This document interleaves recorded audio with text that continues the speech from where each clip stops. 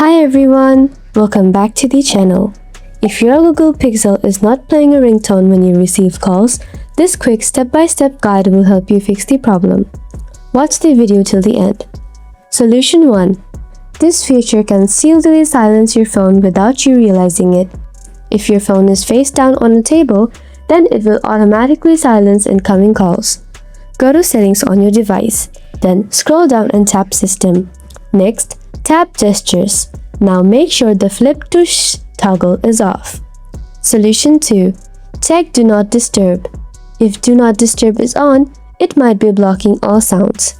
Open Settings on your device, then go to Modes. Next, tap Do Not Disturb and tap People. Now tap Calls and make sure it's set to None. Solution 3.